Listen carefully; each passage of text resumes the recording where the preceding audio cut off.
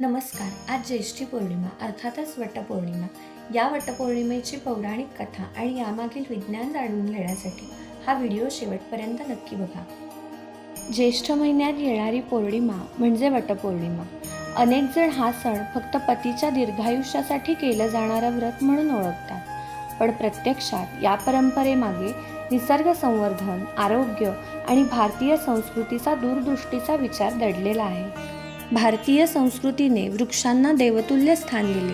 त्यामागचा हेतू एकच, निसर्गाचे संवर्धन.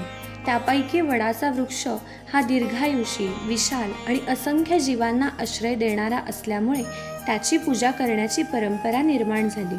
म्हणूनच वडाला अक्षयवट असेही म्हटले जाते, म्हणजे ज्याचा कधीही क्षय होत नाही. आता जाणून घेऊया वटपौर्णिमेची प्रेरणादायी कथा. पौराणिक कथेनुसार सावित्री ही अत्यंत बुद्धिमान, धैर्यवान आणि पतिव्रता स्त्री होती. ऋषी नारदांनी तिला सांगितले होते की सत्यवान हा सर्व गुणांनी परिपूर्ण असला तरी त्याचे आयुष्य अत्यल्प आहे. तरीही सावित्रीने स्वयंवरात सत्यवानालाच आपला जीवनसाथी म्हणून निवडले. तिने कठोर व्रत केले. वटपौर्णिमेच्या दिवशी सत्यवान जंगलात असताना त्याचा मृत्यू झाला. यमराज त्याचे प्राण घेऊन निघाले, पण सावित्रीने हार मानली नाही. ती यमराजांच्या मागे चालत राहिली. आपल्या बुद्धिमत्ता, संयम, निष्ठा आणि अढळ प्रेमाने तिने यमराजांना प्रसन्न केले. शेवटी यमराजांनी सत्यवानाला पुन्हा प्राणदान दिले. वडाला प्रदक्षिणा घालण्यामागेही एक सुंदर संदेश आहे. निसर्गाशी नाते जोडणे, वृक्षांचे संरक्षण करणे आणि आरोग्यदायी जीवनशैली स्वीकारणे. म्हणूनच वटपौर्णिमा हा केवळ धार्मिक सण नाही, तो श्रद्धा, स्त्री शक्ती, निसर्ग संवर्धन, आरोग्य आणि भारतीय संस्कृतीच्या दूरदृष्टीचा सुंदर संगम आहे. वटपौर्णिमा हा काळ ग्रीष्म ऋतूचा शेवट आणि वर्षा ऋतूच्या प्रारंभाचा संधिकाल असतो.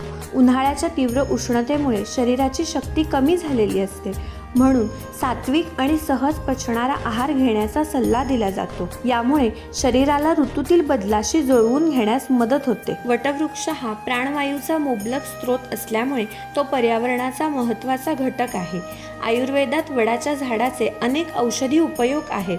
म्हणूनच पूर्वीच्या काळी वडाचे झाड हे वृक्ष नव्हते, तर आरोग्य आणि समाज जीवनाचे केंद्र होते. आजच्या काळात वटपौर्णिमा साजरी करताना फक्त वडाची पूजा करून थांबू नका. त्या पूजेमागचा संदेशही जपूया. स्त्रीच्या धैर्याचा आणि निष्ठेचा सन्मान करूया. निसर्गाचे रक्षण करूया. आरोग्यदायी जीवनशैली स्वीकारूया आणि शक्य असेल तर प्रत्येक वर्षी एकतरी वृक्ष लावून त्याचे संगोपन करण्याचा संकल्प करूया. तर अशी होती माझी पहिली वटपौर्णिमा. तुम्हाला हा व्हिडिओ कसा वाटला हे कमेंटमध्ये नक्की सांगा आणि व्हिडिओला लाईक आणि शेअर करा. आणि हो, चॅनलही सबस्क्राईब करा. धन्यवाद.